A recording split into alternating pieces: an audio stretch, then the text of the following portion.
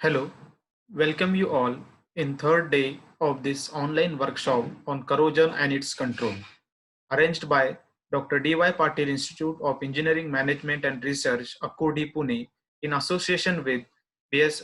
Abdur Rahman Crescent Institute of Science and Technology, Chennai. My today's topic is corrosion and its measurement. These are the contents of my presentation. First, we go through the basics of corrosion. Then we go through one example, that is Delhi iron pillar. Then we go through the different corrosion measurement techniques. So basically, what is corrosion?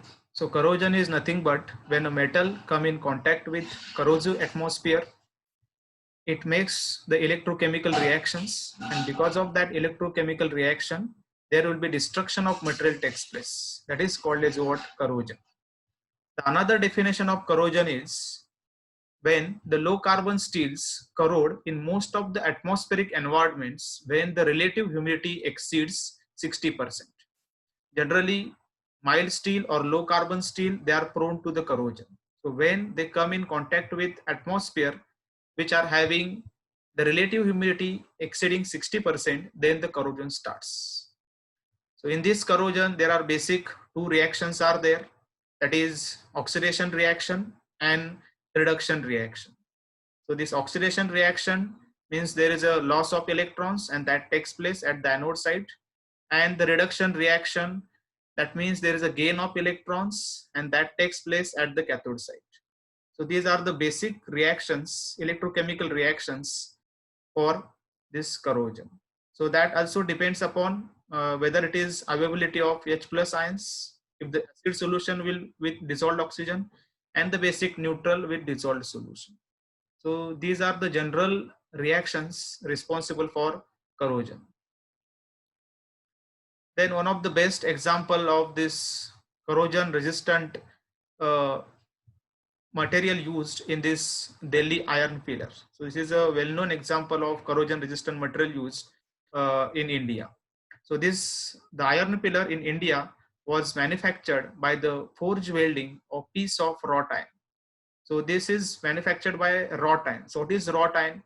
So wrought iron is nothing but it contains the very less percentage of carbon, below 0.08% of carbon.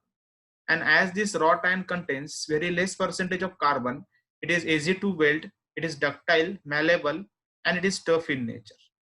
So that's why the wrought iron is used. So R. Balsubramaniam of the IIT Kanpur explains how the pillar's resistance to corrosion is due to passive protective film at the iron rust interface. The presence of second phase particles, that is slag and unreduced iron oxides in the microstructure of the iron, that of high amount of phosphorus in the metal, and the alternate wetting and drying existing under atmospheric conditions are the three main factors in the three-stage formation of that protective passive film.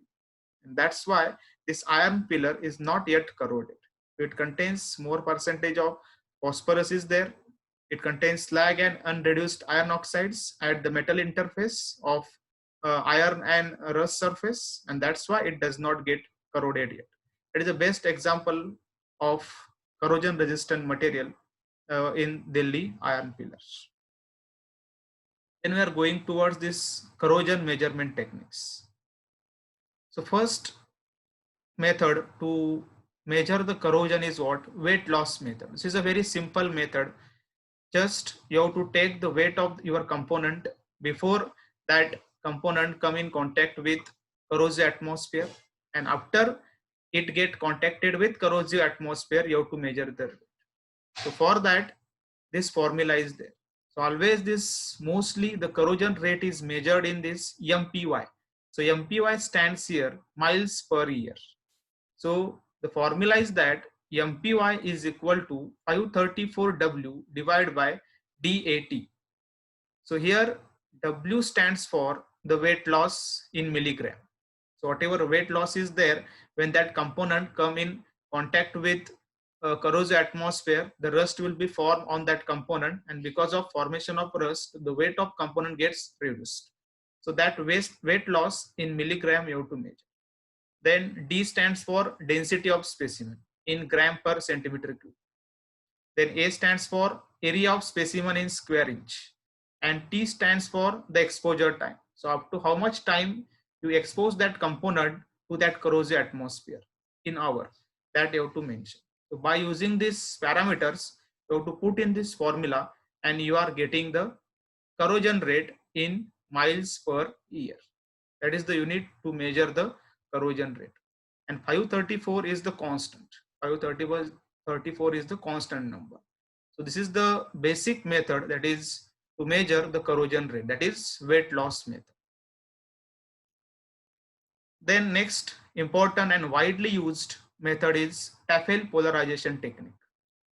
It is standardized as per the ASTM G374. So in this Tafel polarization technique, the polarization curves are obtained by applying potential of plus minus 250 millivolt with respect to the open circuit potential. So resulting Tafel plots contain anodic and cathodic branches. So to conduct this Tafel polarization technique, we have to use one potentiostat. Generally, Gamry software is used to plot this particular Tafel plot. Okay, so this is the first you have to make the electrochemical cell. First you have to make the electrochemical cell. So you have to take one beaker. In that beaker you have to pour 100 ml distilled water. In that 100 ml distilled water you have to add the 3.5 gram of NaCl salt that you have to add, and you have to stir it continuously. So as it mixes properly, that is your 3.5 weight% NaCl solution. So that is our corrosive medium for testing. So 3.5 weight% NaCl solution is the corrosive medium for testing the sample. So in that, this is beaker. In that, this 3.5 weight% corrosive, this NaCl solution is there.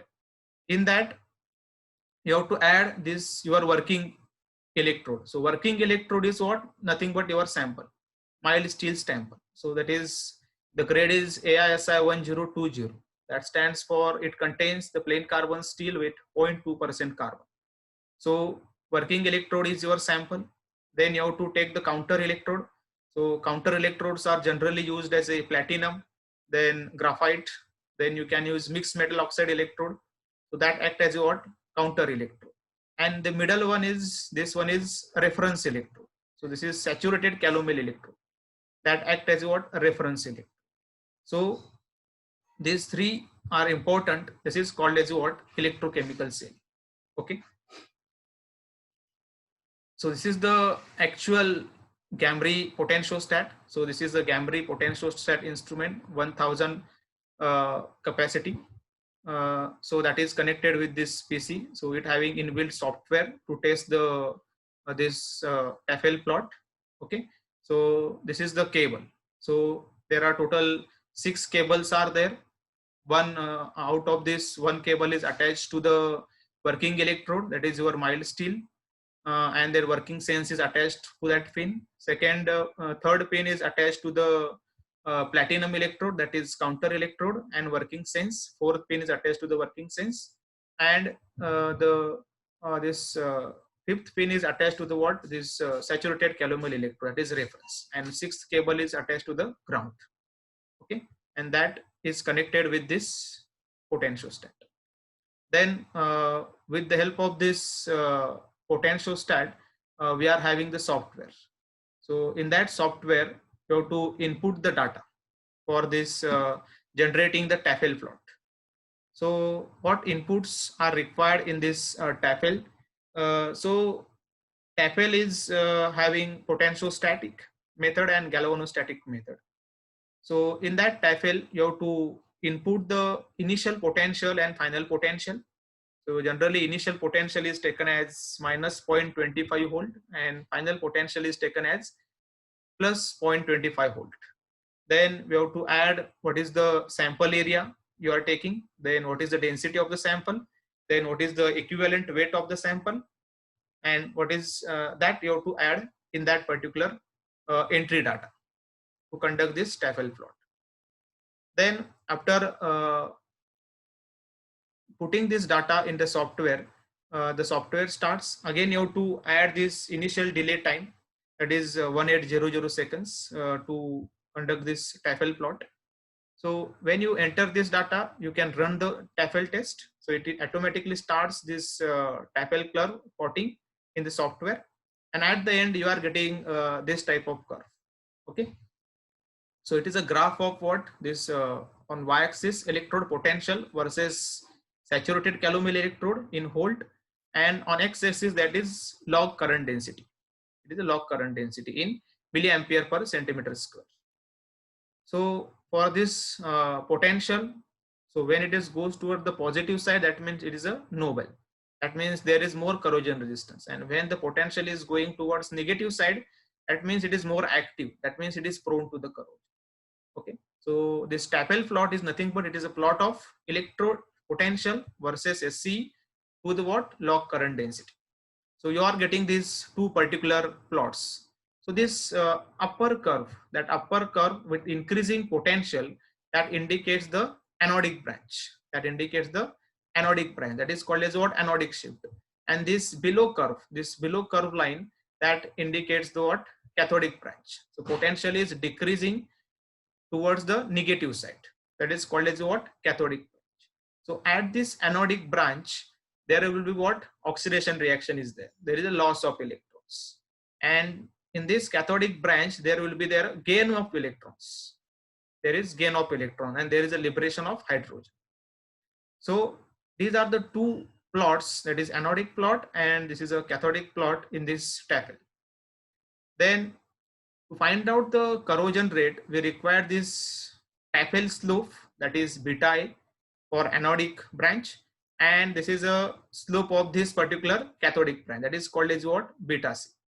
So software automatically measure these particular values of beta and beta C for this measuring the corrosion rate. Okay. So after getting this particular this anodic plot and cathodic plot, after the given input time, you are getting the TAFL plot. Okay. So after that, you have to plot the tangent to this particular anodic branch. So this dotted line is what? Nothing but tangent to this particular anodic plot.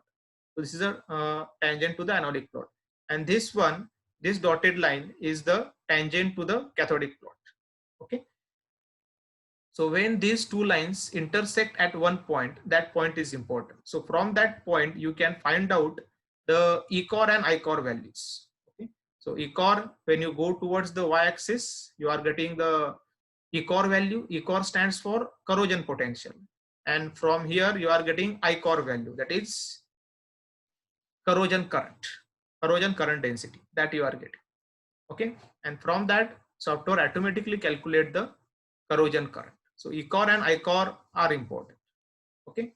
So ECOR should be more positive. If ECOR should be more positive, that means the coating is intact, the corrosion resistance will be higher, and the current density is, when it is shorter, that means it increases the corrosion resistance. Okay. So in this way, you are getting the TAFL plot. Okay. So this is the actual TAFL plot we are getting from this Gamry software. So this is what this potential versus saturated calomel electrode, and x-axis is what? Current density. Okay. So these are the different TAFL plots for different materials. So this blue one is for low carbon steel. This one is for this epoxy paint, epoxy coated low carbon steel. This is for fusion bonded epoxy coating, and this is for fusion bonded epoxy coating, and this is for polyaniline coating. So these are the different plots. So as you've seen here, this low carbon steel material having more corrosion rate. So here in this graph, this polyaniline material having less corrosion rate. So as the corrosion rate increases, that means that material is having less corrosion resistance. Okay. So with the help of this TAFL plot, you can find out the corrosion rate, you can find out ECOR, ICOR values, and with the help of ECOR, ICOR values, you can get the corrosion rate of that material. Lesser the corrosion rate, better will be the material as a corrosion resistant material. Okay, so this is the TAFL plot. Then the next corrosion measurement technique is what? Electrochemical impedance spectroscopy. So this is another technique most widely used in research, like research of batteries. They are using this electrochemical impedance spectroscopy and corrosion also. Electrochemical impedance spectroscopy has been widely used as a tool together with surface analysis to investigate the protecting properties of organic coating for metal. The standards for electrochemical impedance spectroscopy are ASTM D01, 27, 32, and these ISO standards are there, and ASTM B117, and their standardized parameters are given in table. Okay, so what is impedance? So you know that what is resistance. In Ohm's law, V is equal to IR. So resistance is equal to potential upon current. But in that resistance, we considering the direct current. But here in impedance, we are considering here alternating current. That is the only difference. Okay, so impedance is nothing but the voltage, that is alternating current voltage and alternating current that will be considered. Okay, that is the impedance. So for this electrochemical impedance spectroscopy, again you have to use the same software, that is Gamry software, and the potentiostat is used. So these are the some input parameters required for this conducting the electrochemical impedance spectroscopy. In short, it is called as what? EIS.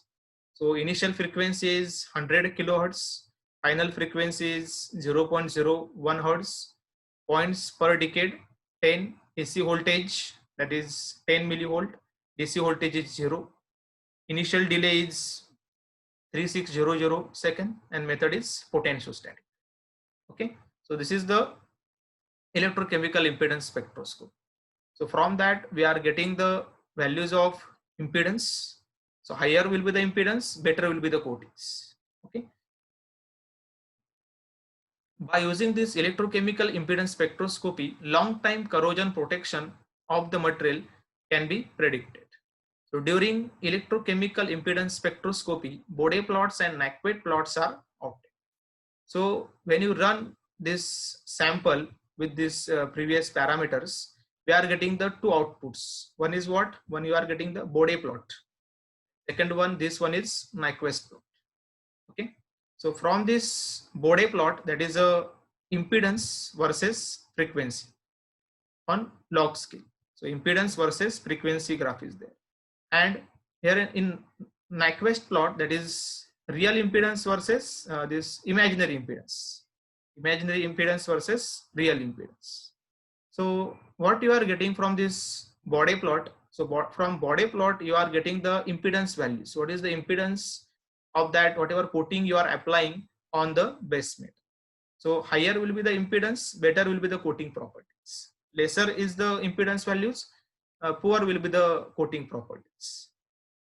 Again, you are getting the graph of phase angle versus frequency from this Bode plot. Then from this Nyquist plot, that is the real impedance, and this on y-axis there is imaginary impedance is there, negative. Okay, so you are getting this type of semicircles, so that you have to fit into the circuits. Some circuits are there in the softwares, Randall circuit. Okay, so this is a resistance, this is a capacitance, both are arranged in parallel manner. So when you put this circuit, you are getting different parameters, like what is coating resistance, what is solution resistance, what is the charge transfer resistance, double layer capacitance. So all these values you are getting. And from that values, you can predict the behavior of corrosion. Generally, when the impedance values will be more and capacitance values are less, then that coating will be better. Okay, so capacitance values required should be lesser, and impedance value should be more. Okay, so these are the what Bode and Nyquist plots. So that decides the behavior of corrosion of that material. So this is the Bode plot. So on this impedance is there, and x-axis frequency is there. So these are the different. So this blue one is for 0-hour immersion. Then this red one is 24-hour immersion. So at different immersion hours, what is the impedance values? Okay. So from this value, you are getting the impedance value. So higher the impedance, better will be the corrosion resistance. Like that, you can correlate this Bode plot. Okay.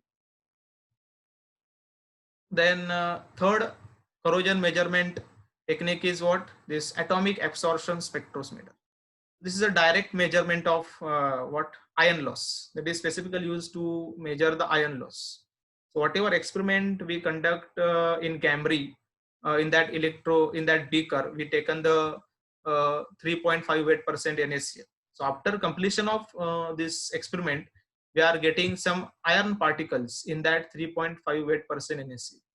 So from that 3.58% NaCl, you can directly measure the iron content in that solution. It is a direct method to find out the corrosion rate. So whatever iron content is there, that can be measured with the help of this atomic absorption spectrometer. Okay, so this atomic absorption spectrometer that works on the principle of this Lambert-Spear's law. So absorbance of the material is directly proportional to the path length. Okay, so here your sample is there, then there is a nebulizer is there. So this nebulizer sucks this particular sample of whatever iron particles are there, and the flame will be generated. Okay, so here that particular whatever element you are selecting, it is we are selecting here iron element, because you have to measure what is the iron content in that 3.58% NaCl solution. So that lamp you have to select. So that waves will be passing through this particular frame, and it detects the what is the iron content in that particular solution. Okay, so whatever iron content is there, from that you can predict the corrosion. So lesser the iron content, that means there will be less corrosion of that material. Higher the iron content, then there will be the more corrosion. So that iron loss is measured in ppm. So lesser the iron content in the solution, less will be the corrosion. Higher is the iron content in the solution, more will be the corrosion. So this is the atomic absorption spectrometer. From that you can find out the iron content in the solution. That is a direct method to measure the corrosion. Then there are different mechanical testing of paints are there. So we are applying the different paints, epoxy, fusion bonded epoxy, different types of paints you are applying. So you can do the mechanical testing of these paints. So these are some, I enlist this particular different methods, that is scratch hardness test, then Tabor abrasion test, impact test, pull-off adhesion test, UV weathering test. So these are the tests to conduct the properties of your coating on your basement. So these are the mechanical testings. Thank you. So this is my presentation based on the corrosion measurement techniques. If you are having problem, you can mail me on this email ID.